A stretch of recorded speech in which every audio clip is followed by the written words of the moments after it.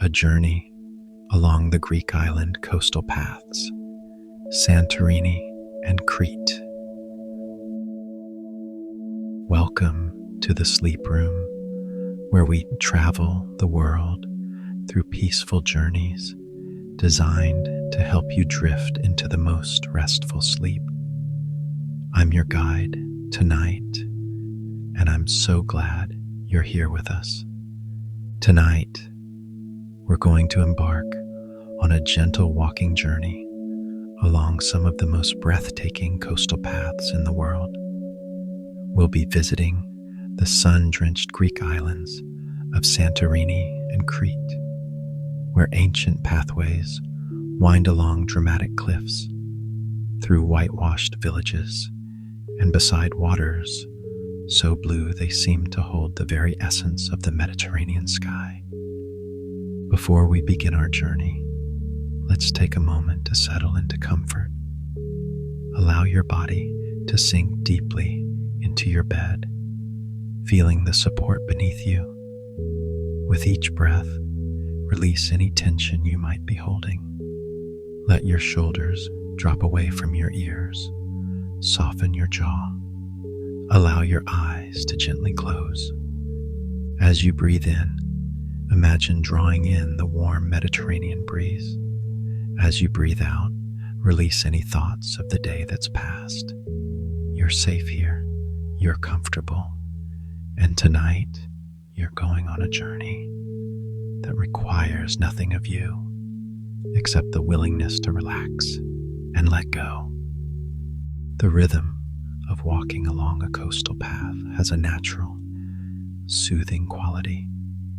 Each step forward is a step away from worry, a step toward peace. And as we walk together tonight, you'll find that the gentle motion of our journey rocks you softly toward sleep, like waves lapping against an ancient shore. Part 1. Arrival in Santorini. Our story begins on the island of Santorini, that crescent-shaped jewel in the Aegean Sea. The year could be any year.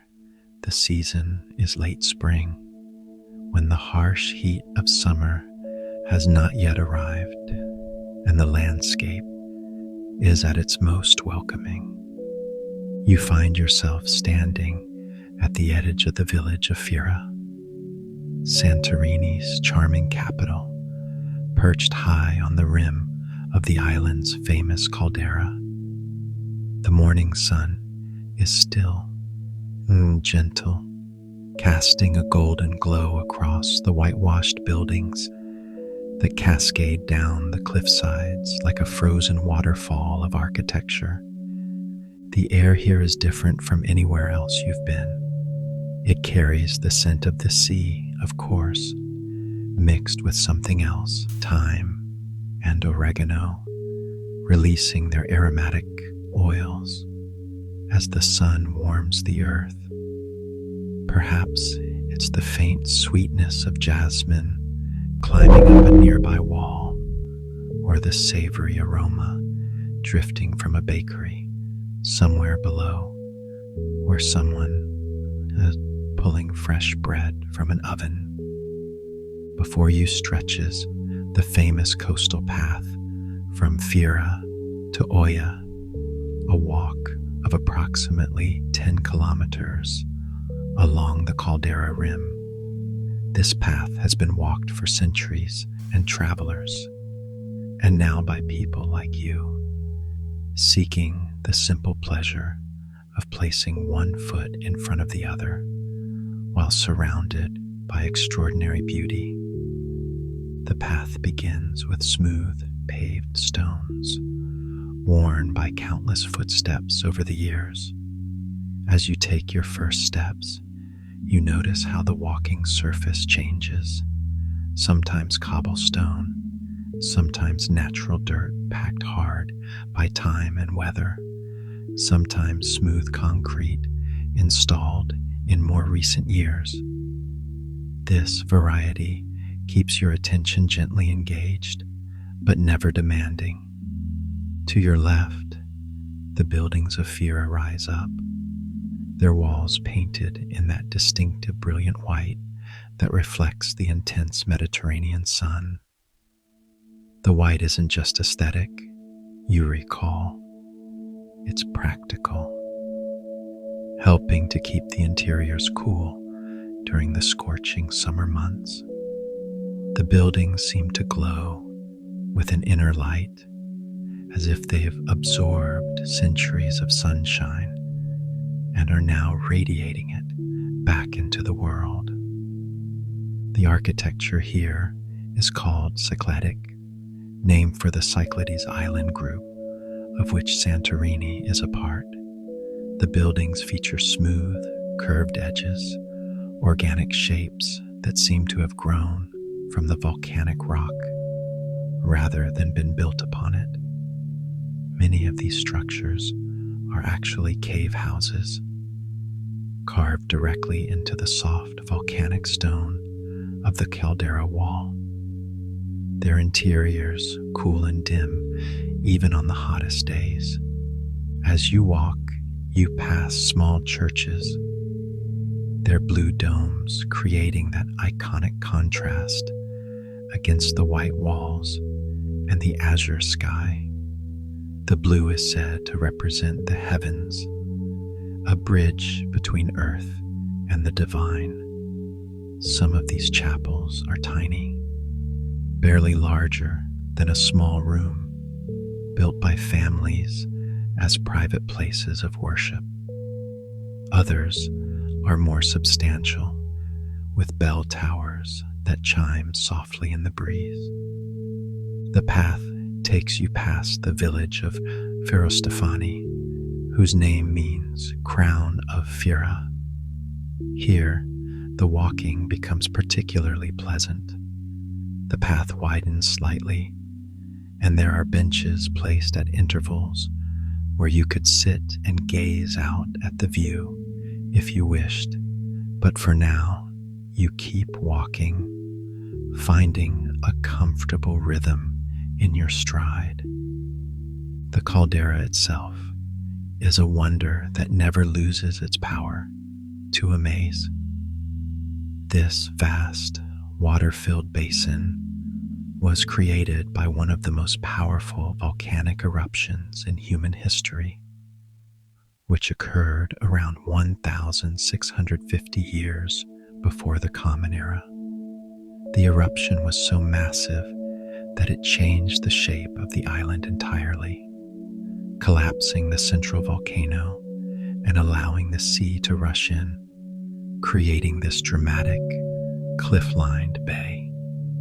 Scientists estimate that approximately 30 million cubic meters of volcanic material were ejected into the atmosphere, reaching heights of up to 36 kilometers above the island. The event was catastrophic, likely contributing to the end of the Minoan civilization on nearby Crete. And yet, from this ancient destruction came this present beauty, a reminder that even from upheaval, new forms of grace can emerge. The water of the caldera is a deep, dark blue, almost black in its depths. The sunlight plays across its surface, creating patterns of light and shadow. In the center of the caldera, you can see the Kamini Islands, the newer volcanic formations that rose from the seabed in historical times. The larger one, Nia Kameni, means new burnt island, while the smaller Palia Kamini means old burnt island. These islands are still technically active, though they pose no immediate danger, simply resting and breathing in geological time. As you continue walking, you enter Imrovigli, known as the balcony to the Aegean, because it sits at the highest point of the caldera rim. The village rises above you, its buildings climbing the hillside sunlight in tears.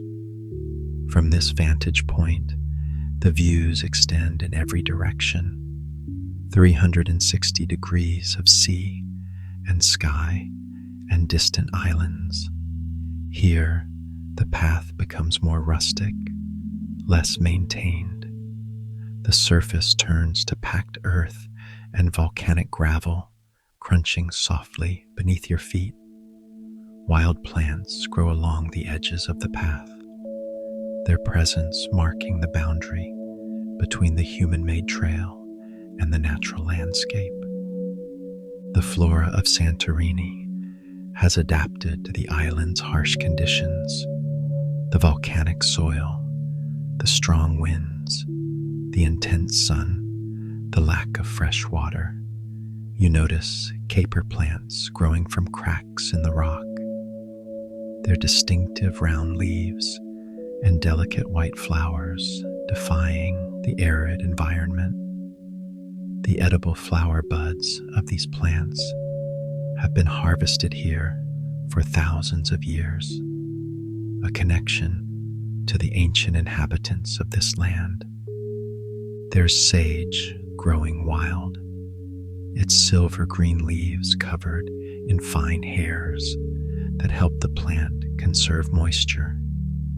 When you brush past it accidentally, the air fills with its distinctive scent, earthy and slightly camphor-like.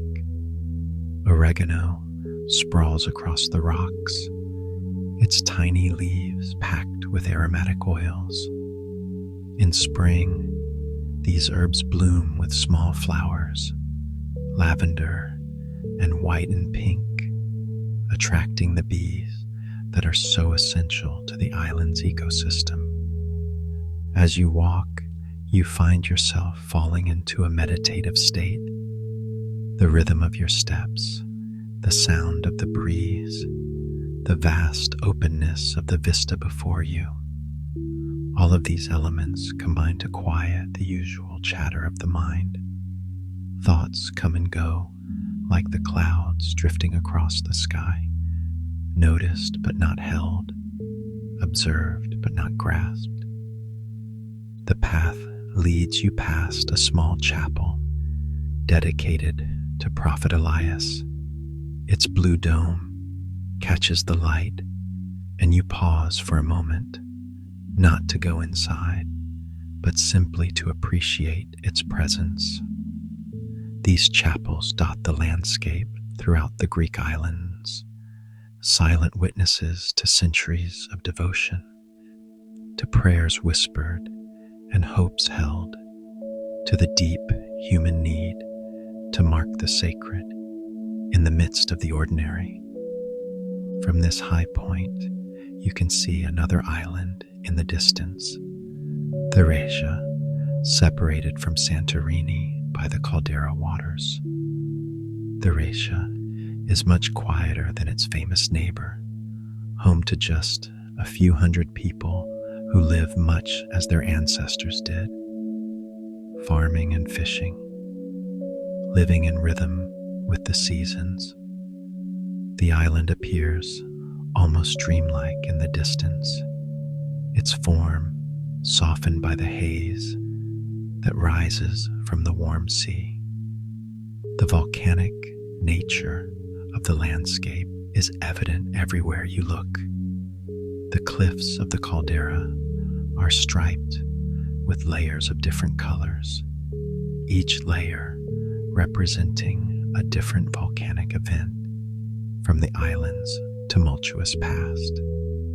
There are layers of black basalt, oxidized red scoria, white pumice, and tan volcanic ash. Together, they create a natural artwork, a geological record written in stone. These cliffs drop down sharply to the water, some reaching heights of 300 meters. Standing at the edge, even on the safe path, you can feel the immensity of the drop, the way the earth simply falls away into open air. It's dizzying in a strange way, both frightening and exhilarating, reminding you of the power of the forces that shaped this place. As the path continues, you notice how the light changes throughout your walk. The morning sun, which started behind you in Fira, has now moved across the sky, changing the way shadows fall across the landscape. The white buildings that were glowing earlier now seem softer, their brightness tempered by the angle of the light. You pass by luxury hotels and modest homes, by restaurants with terraces overlooking the caldera and small shops selling local products.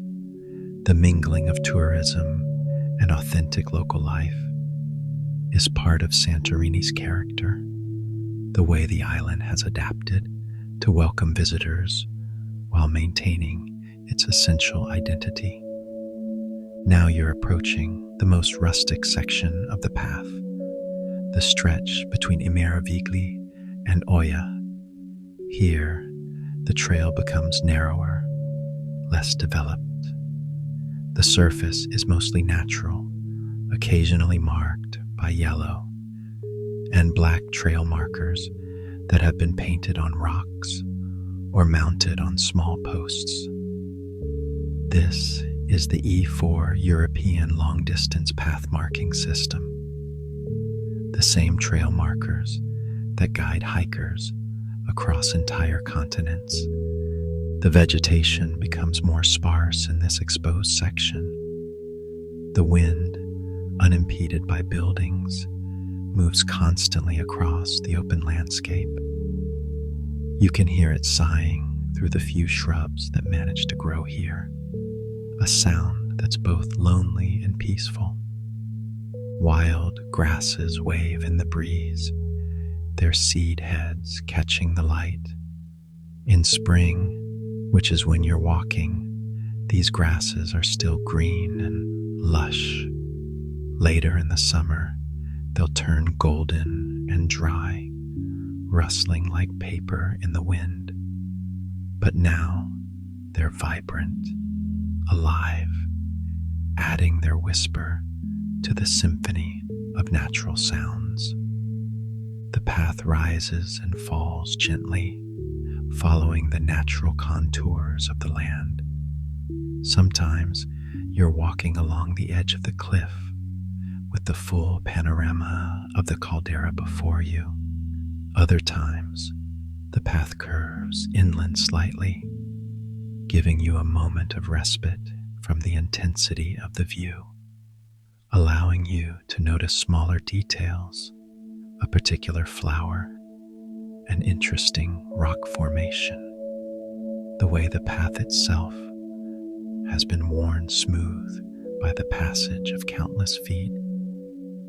You notice how walking this path changes your sense of time. Hours might be passing, but you're not thinking in terms of hours. You're thinking in terms of landmarks reached, sections completed, views appreciated. The usual urgency that often accompanies movement is absent here. You're not rushing to get anywhere. The walking itself is the purpose. As you round a curve in the path, you catch your first glimpse of Oya in the distance. The village appears like a mirage, its white buildings clustered at the northwestern tip of the island. From this distance, it looks impossibly beautiful, like something from a postcard or a dream. You know you still have a ways to walk before you reach it, but knowing your destination is now visible gives you a quiet sense of satisfaction. The path here takes you past some truly spectacular viewpoints. At one point, you're walking along a section where the cliff drops away so dramatically that you feel almost suspended between sea and sky.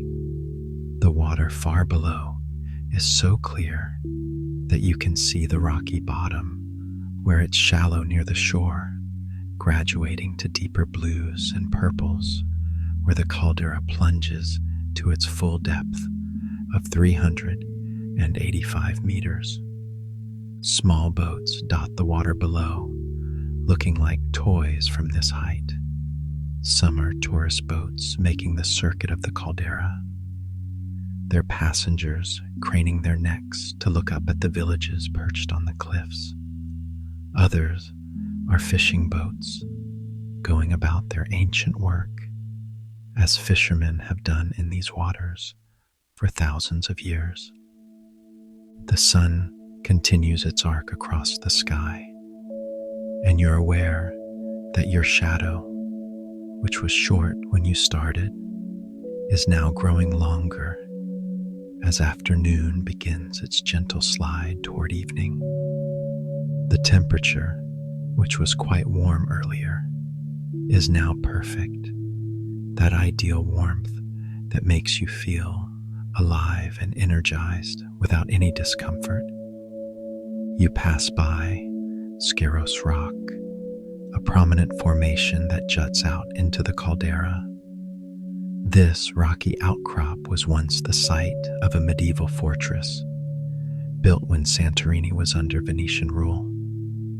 The fortress is mostly ruins now, but the rock itself remains, a testament to the island's layered history, to the many peoples who have called this place home over the millennia. The history here is palpable, not in an oppressive way, but in a comforting one. You're walking paths that have been walked for centuries. You're seeing views that ancient eyes also saw, though the villages and buildings have changed. The essential elements, the sea, the sky, the volcanic stone, these remain as they've always been, constant in a changing world. As you draw closer to Oya, the path becomes more developed again. You start to encounter other walkers, though the path is never crowded on this gentle spring day. Some are walking in the same direction as you, toward Oya. Others are making the journey in reverse, from Oya to Fira. You exchange quiet greetings, smiles, the universal acknowledgement of shared experience. The vegetation returns as you near Oya, the village's slightly more sheltered position, and the presence of terraced gardens mean more plants can thrive here. You see grapevines, their leaves bright green and glossy. Santorini's wines are famous, especially the crisp white Assyrtiko, made from grapes grown in volcanic soil that gives the wine its distinctive mineral character. You pass by traditional tomato plants growing in the volcanic earth. Santorini's cherry tomatoes are small but intensely flavorful, concentrated by the island's sun and the mineral-rich soil. They're a staple of the local cuisine, used in fresh salads, dried for winter, transformed into the island's famous tomato paste. The buildings of Oya begin to appear on either side of the path. Unlike the gradual approach to other villages, Oya seems to suddenly surround you, its architecture enfolding you in its embrace. The buildings here are perhaps even more dramatic than in other parts of the island, their terraces and balconies cascading down the cliff face in breathtaking tiers. You're now walking on the streets of Oya itself, though calling them streets almost seems wrong. They're more like pathways, narrow lanes that wind between buildings, occasionally opening into small squares where you can catch your breath and orient yourself. The main pedestrian street is lined with shops and galleries, restaurants and cafes, but there are also quiet residential areas where local people actually live their daily lives. The iconic windmills of Oya come into view, their white cylindrical forms topped with thatched roofs.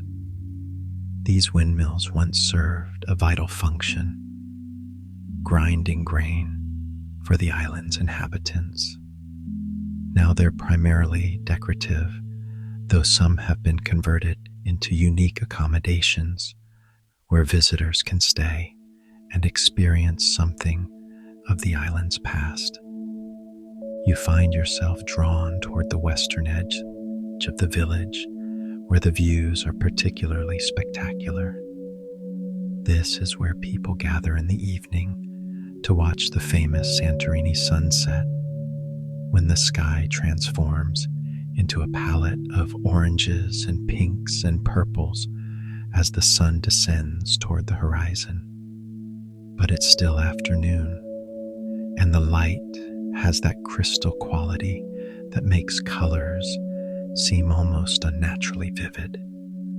From a vantage point on the western edge, you can see the full sweep of the caldera curving away toward Vera, where you started your walk. The distance you've traveled is now laid out before you, and there's a sense of accomplishment in seeing it, in knowing that your own 2 feet carried you along that entire dramatic coastline. But your journey isn't over yet. Tomorrow, you'll travel to another Greek island, to Crete, where different coastal paths await. For now, though, as you stand in Oya, breathing the salt-tinged air, feeling the warmth of the sun on your skin, you're completely present, completely here, and there's nowhere else you need to be. Part 2. The Coastal Paths of Crete. The next morning finds you on Crete, Greece's largest island, a place where myth and history intertwine so completely that it's sometimes difficult to separate one from the other. This is the island that gave birth to Zeus, king of the gods.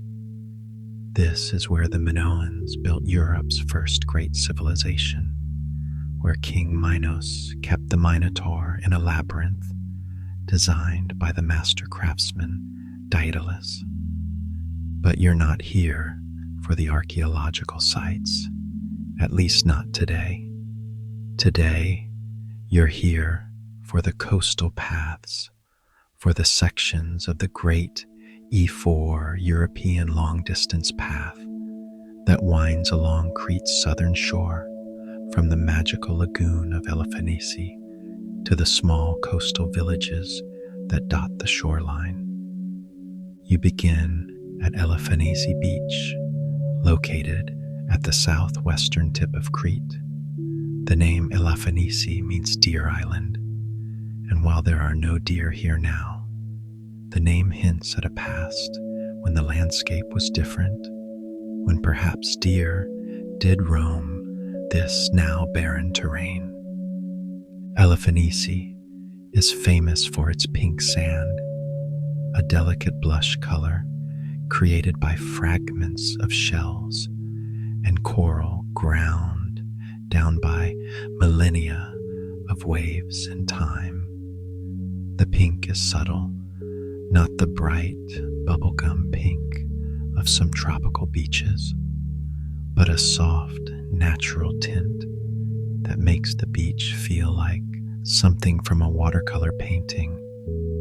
The island itself is connected to the mainland by a shallow sandbar that you can wade across, the warm water barely reaching your knees. At high tide, this connection is submerged, and Elafanisi becomes a true island. But now, at low tide, you can walk across, feeling the sand soft beneath your feet, the water warm and clear and impossibly turquoise. You're starting your coastal walk from the far eastern end of Elafanisi, where the beach gives way to rocky terrain and the E4 trail begins. The trail markers are there, yellow and black diamonds painted on rocks or attached to small posts. The same markers that guide hikers all the way from Spain to Cyprus, over 10,000 kilometers of European long-distance trails.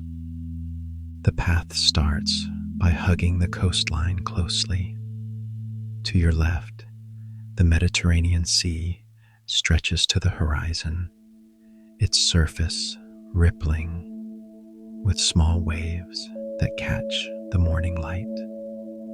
The water here is several shades of blue, from pale aquamarine in the shallows to deep sapphire farther out. You can see the sandy bottom through the clear water, patterns of light dancing across the rippled sand. To your right, the landscape rises gently, a terrain of low hills covered in vegetation adapted to the coastal environment. The plants here face constant challenges: salt spray from the sea, strong winds, intense sun, minimal rainfall. Yet they thrive, creating an ecosystem uniquely suited to these exact conditions. You notice sea daffodils growing in the sand dunes, their white lily-like flowers nodding in the breeze. These plants bloom in autumn, but you can see their distinctive strap-like leaves now, thick and waxy to prevent water loss. In a few months, these dunes will be carpeted with white blooms, but for now, they're green and restful, preparing for their moment of flowering.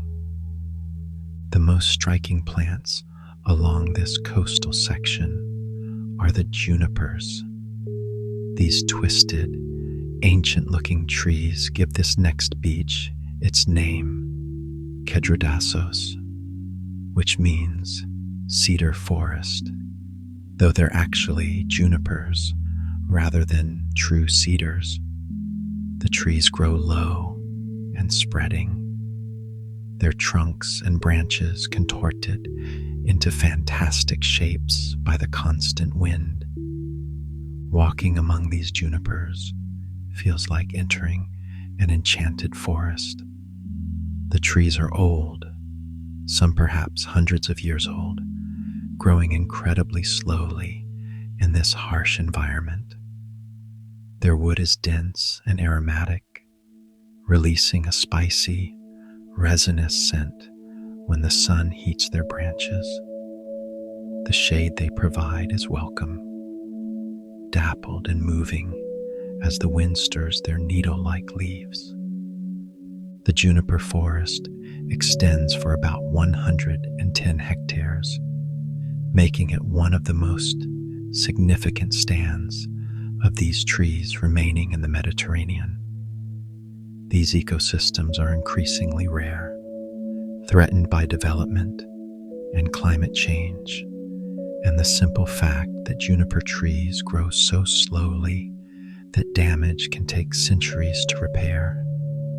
Under the junipers, the ground is a mixture of sand and rocky soil. The path here is not difficult, but it requires attention. You navigate around roots, Step over stones, duck occasionally under low-hanging branches. This kind of walking has a meditative quality, your attention gently focused on the immediate task of moving forward, leaving no room for the usual mental chatter. You emerge from the juniper forest at Kedradas's beach, a long curved expanse of sand that's far less visited than Elefanese. The beach is beautiful in an untamed way, no facilities, no sunbeds lined up in neat rows, just sand and sea and the twisted junipers providing natural shade. The path continues eastward along the coast. This section is more challenging than your walk on Santorini. The terrain is rockier, the path less maintained. In some places, you're scrambling over volcanic rocks, using your hands for balance. In other places, the path becomes sandy, your feet sinking slightly with each step, requiring more effort to move forward. But these challenges are part of the experience. This walking requires your full presence, your complete attention. There's no space for worrying about past or future when you're negotiating a rocky path with the Mediterranean, crashing against the shore just meters away. The rocks here are fascinating in their variety. You see dark volcanic basalt, smooth and glossy where it's been polished by the sea. You see limestone, pale and porous, riddled with holes where water has dissolved the softer minerals. You see rounded pebbles of every size, from tiny gravel to fist-sized stones, all tumbled smooth by the relentless action of the waves. As you walk, you notice the tide pools left by the receding water. These small worlds are teeming with life. Sea anemones wave their tentacles. Tiny fish dart between rocks.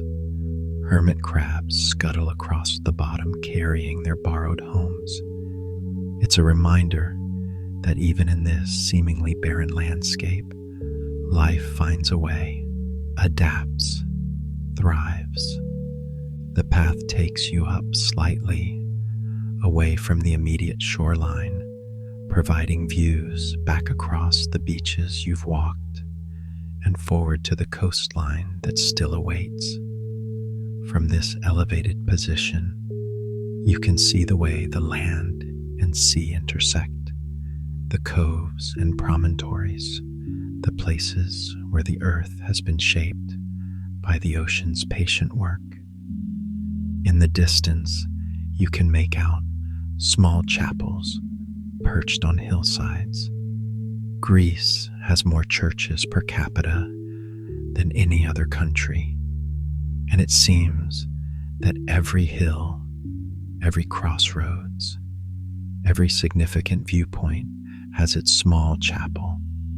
These aren't grand cathedrals. They're intimate spaces, often just large enough for a handful of people, places where individuals or families could come to pray in solitude. You pass one such chapel now, dedicated to St. John. It sits on a small promontory, its white walls bright against the blue sea. The door is unlocked, as it usually is with these rural chapels, and you step inside for a moment of coolness and quiet. The interior is simple, an icon on the wall, a few candles, a wooden bench. The air smells of incense and the peculiar mustiness of old stone. You sit for a moment, not necessarily in prayer, but in appreciation of the quietness, the sense of sanctuary that these small buildings provide. Continuing on, the path takes you past ancient ruins, barely noticeable unless you're looking for them. A few stones that might have been part of a wall, a depression in the ground that could have been a foundation.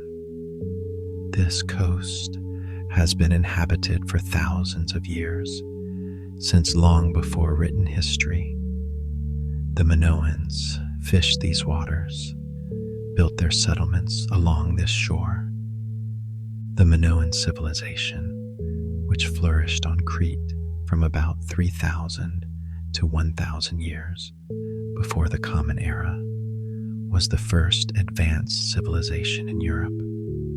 At Knossos, near the island's north coast, they built elaborate palaces with sophisticated plumbing systems, frescoed walls, and extensive storage facilities for grain and olive oil. They developed writing systems. First, the pictographic system we call Cretan hieroglyphics, then the script known as Linear A, which remains undeciphered to this day. The Minoans were skilled sailors and traders, their ships traveling throughout the Mediterranean, establishing trade relationships with Egypt, the Levant, and the other islands of the Aegean. They brought back tin from distant lands to combine with Crete's copper, creating bronze, the metal that gave its name to the age. But all of that seems very far away now as you walk this ancient path, as your feet touch the same earth that Minoan feet once touched. The connection to the past is present, but not overwhelming, a gentle reminder that human beings have been walking these shores, finding beauty in these views for longer than recorded memory. The path brings you to the small beach of Bahia Amos, thick sand beach. True to its name, the sand here is deep and fine, almost powder-like. The beach is protected by rocky outcrops on either side, creating a sheltered cove where the water is especially calm and clear. You sit for a while on this beach, letting your feet rest. The sand is warm, but not hot, pleasant against your skin. The sound of small waves lapping the shore is rhythmic, hypnotic. You find yourself breathing in time with the waves, in as they approach, out as they recede. This synchronization happens naturally, without effort, your body instinctively attuning itself to the rhythm of the natural world. Overhead, seabirds wheel and call. You recognize the distinctive silhouette of a yellow-legged gull, its cries echoing across the water. These birds are masters of the coastal environment, equally at home on land or sea, able to drink salt water and eat almost anything. They're survivors, adapted to thrive in challenging conditions. After your rest, you continue eastward. The path climbs now, taking you up onto higher ground. This section requires some effort, your breath coming faster as you ascend. But with the elevation comes spectacular views. You can see the coastline stretching in both directions, the way it curves and bends, the rhythm of coves and headlands. From up here, you can also see inland toward the interior of western Crete. The The landscape is surprisingly green for a Mediterranean island in spring. There are olive groves silvering in the breeze, their ancient trees bearing witness to centuries of cultivation. There are terraced fields where generations of farmers have coaxed crops from the rocky soil. There are scattered houses, white or honey-colored, with red tile roofs. The mountains rise in the distance. The White Mountains, Lefka Ori in Greek, their peaks still snow-capped, even though it's spring at sea level. These mountains dominate western Crete, reaching heights of over 2,000 meters. They're home to rare plants and animals, including the Cretan wild goat, the cray-cray, which survives nowhere else in the world. The path begins to descend again, taking you down toward the next village, Paleokora. As you descend, the vegetation becomes more lush. You're now in an area where a seasonal stream, dry now, but full of water in winter and spring, has created slightly more fertile conditions. Wildflowers bloom along the path. Poppies, with their bright red petals and black centers. Daisies, nodding on thin stems. Tiny blue flowers you don't recognize, but that add splashes of color to the green. The herbs here are magnificent. Wild thyme carpets the ground in places, its tiny leaves releasing their characteristic scent when you brush against them. Oregano grows in large, bushy clumps, its leaves a darker green than the cultivated variety you might use in cooking, but even more aromatic. Sage plants, their leaves covered in fine hairs that make them appear almost silver, add their own distinctive scent to the aromatic blend. These are the herbs that have flavored Greek cuisine for millennia. The same plants that were gathered by ancient cooks to season their food.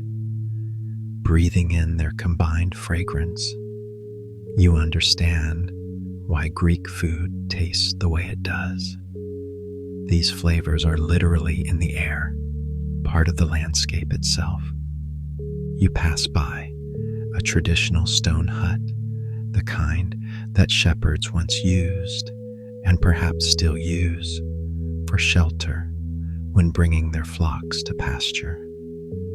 The hut is simple, 4 stone walls and a roof, 1 small window and a low door. Inside, it would be cool and dark, a refuge from the intense summer sun or the occasional winter storm. The coast here is more dramatic, the cliffs higher, the drop to the sea more precipitous. The path requires care, hugging the cliff face, occasionally protected by a low stone wall or a cable strung between posts for handholds.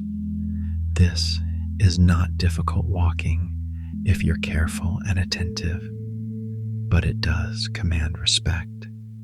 Looking down, you can see the sea crashing against the base of the cliffs, sending up spray that catches the light and creates momentary rainbows.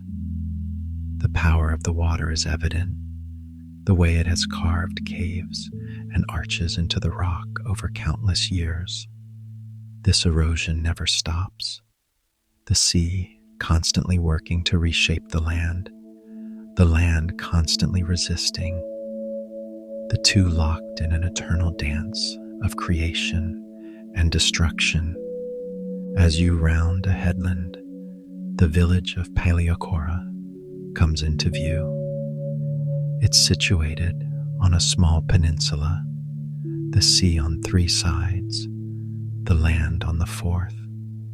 Even from this distance, you can see the Venetian fortress that crowns the hill above the village, its stone walls and towers standing as they have for centuries, now softened by time and weather into something more gentle than their original military purpose intended. Paleocora has a different feeling from the other places you've been. It's more of a working town, less dependent on tourism, maintaining more of its authentic character. As you walk into the village, you pass local people going about their daily business, greeting you with a nod or a smile, or simply ignoring you with the comfortable indifference of people who have more important things to think about than another visitor. You find yourself at the harbor where fishing boats are tied up, their colors bright against the blue water, red and blue and yellow, painted and repainted for the years until the colors have a depth and richness that new paint could never achieve. Nets are spread out for mending. An old man sitting in the shade, working with practiced hands to repair the tiers, his movements economical and sure. The smell of the harbor is distinctive. Fish and salt water, diesel and tar, not unpleasant, but unmistakably maritime. This is the smell of working waterfronts throughout the Mediterranean, a smell that hasn't changed significantly in thousands of years. You sit at a small taverna near the harbor, ordering simply, perhaps a Greek salad and some fresh fish, a glass of local wine. The food, when it comes, is simple but perfect. Tomatoes that taste like tomatoes should. Cucumbers crisp and refreshing. Feta cheese rich and tangy.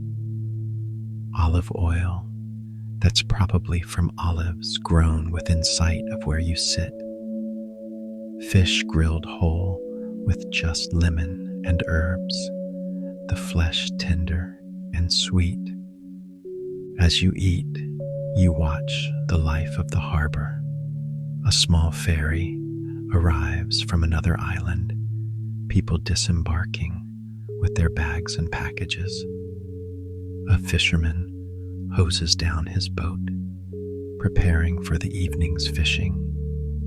Two old men play backgammon at a nearby table, the click of the pieces and their companionable banter, a soundtrack to the afternoon.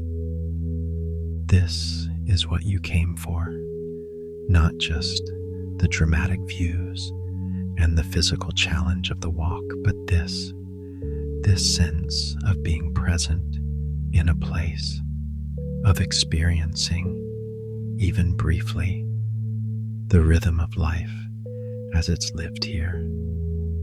The walking was the means to this end, the way to slow down enough to really see, to really be. The afternoon is waning now, the sun beginning its long descent toward the western horizon.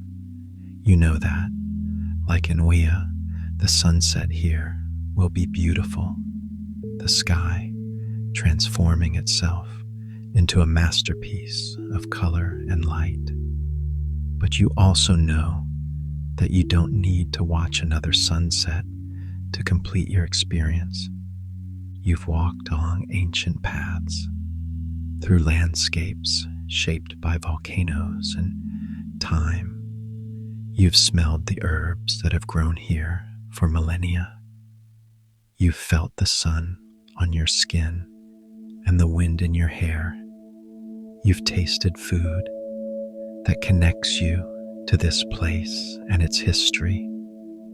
You found that particular kind of peace that comes from moving through the world on your own 2 feet at human pace, in rhythm with the earth itself. And now, as the light softens and the day begins to close, you find yourself relaxing completely, your body tired in the best possible way, your mind quiet and clear. The images of the day drift through your consciousness, not demanding attention, just present, like the final waves of the day lapping against the shore. The whitewashed buildings of Santorini gleaming in the sun, the deep blue of the caldera waters, the twisted junipers of Kedradasis, the pink sand of Elefanisi, the herbs releasing their scent on the warm air, the sound of the sea, constant and eternal. These images become softer, less distinct, merging with each other, with the darkness behind your closed eyelids. Your breathing has become deep and slow, your body completely relaxed. You're suspended in that space between waking and sleeping, aware but not quite conscious, held in the arms of a profound peace. The coastal paths of the Greek islands have carried you far from where you started, not just in distance, but in state of mind. You've traveled from the busy concerns of daily life to this place of deep rest. And here in this place, you can finally, completely let go. Sleep well, traveler. The paths will be there tomorrow and the day after and the day after that. But for now, rest. You've earned it. If you enjoyed this journey, please remember to like this video and subscribe to the Sleep Room for more peaceful travel stories to help you drift into restful sleep. Sleep well, and we'll see you on our next journey.